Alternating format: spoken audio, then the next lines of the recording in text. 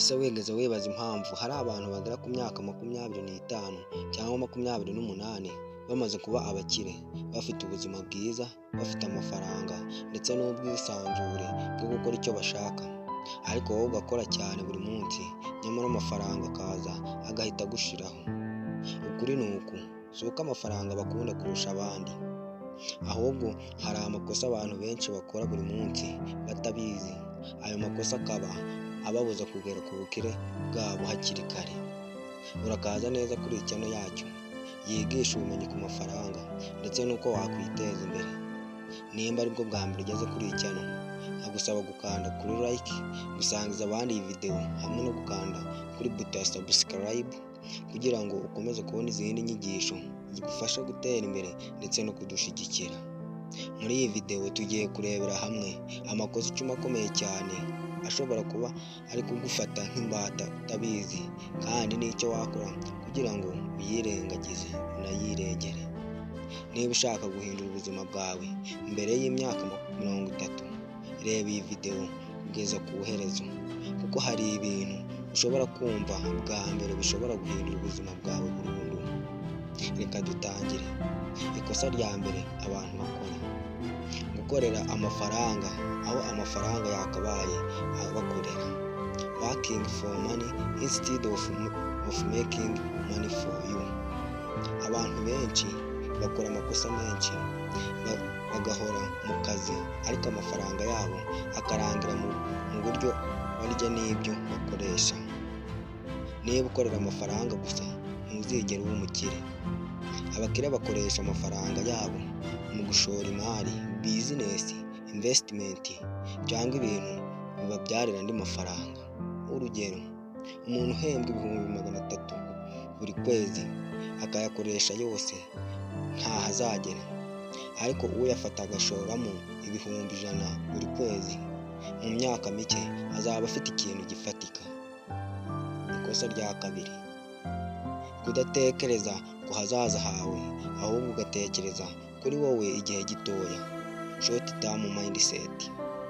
Urubyiruko rwinshi ruba rushaka ibintu vuba, imodoka vuba, iPhone vuba, imyenda igezweho vuba, ariko abakire bo batekereza igihe kirekire. Buri munsi, buri kintu bakora baribaza bati, ese bizamfasha iki mu myaka 5 cyangwa mu myaka 10 iri imbere? Niba wowe utekereza gusa uyu munsi, uzahora uri mu bibazo bihoraho.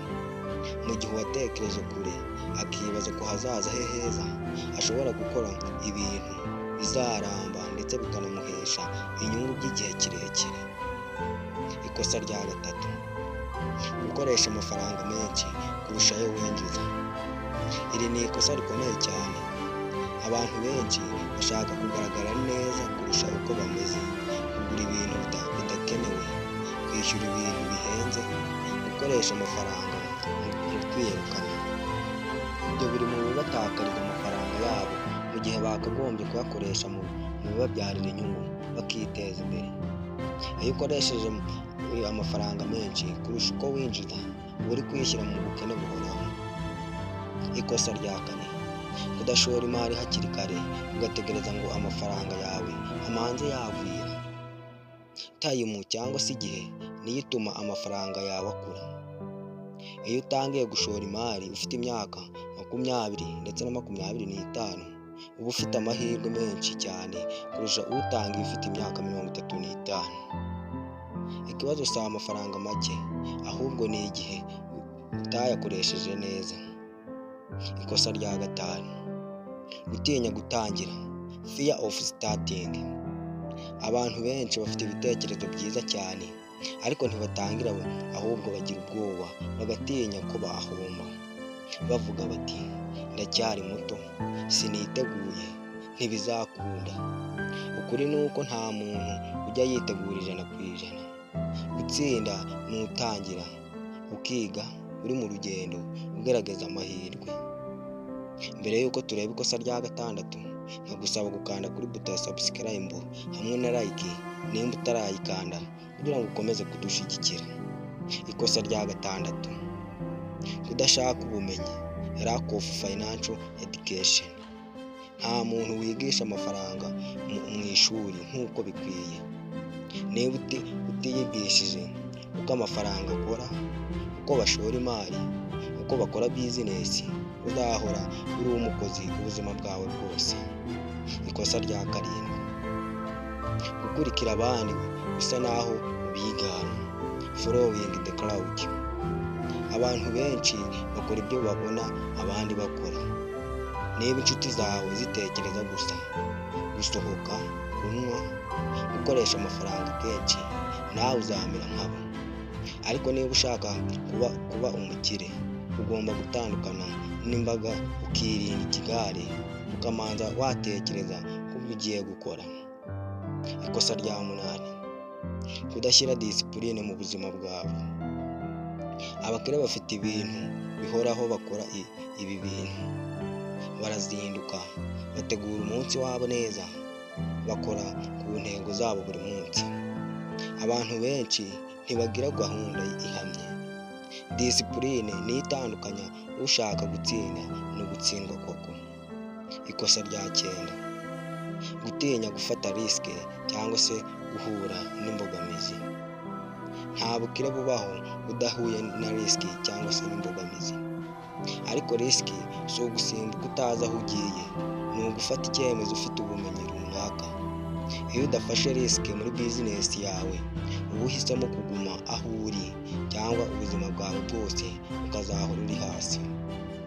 Ikosa rya 10 ari naryo rya nyuma abantu benshi bakunze gukora: kudashyiraho intego zisobanutse ndetse zinahoraho. Abantu benshi baravuga bati ndashaka kuba umukire, ariko ntibazi amafaranga angahe bashaka, igihe bazayabonamo, uko bazayabona. Intego idasobanutse ntigira igisubizo cyiza. Niba ugeze hano, ndashaka kukubwira ikintu kimwe gikomeye cyane: ntibisaba amahirwe kuba umukire mbere y'imyaka 30. Bisaba gufata ibyemezo gihamwe byiza hakiri kare. Aya makosa 10 ushobora kuba warayakora utabizi, ariko noneho urabimenye. Ikibazo si aho uri uyu munsi, ikibazo ni icyo ugiye gukora uhereye ubu. Tangira buhoro buhoro, jya wizigama, jya wiga ku mafaranga, jya utangira n'ibyo ufite. Mu myaka mike iri imbere uzishimira ko watangiye uyu munsi. Niba iyi video igufashije, kora like, ukande share, kandi ukore kuri buto ya subscribe nimba utari wayikora, kugira ngo utazacikwa n'izindi video zigufasha guhindura ubuzima bwawe. Komeza ukande no kuri buto ya subscribe ndetse na like. Wibuke ko ubukire ntibutangira ejo, butangira uyu munsi. Komeza ugubwe neza, ndagushimiye kandi ukore cyane witeze imbere.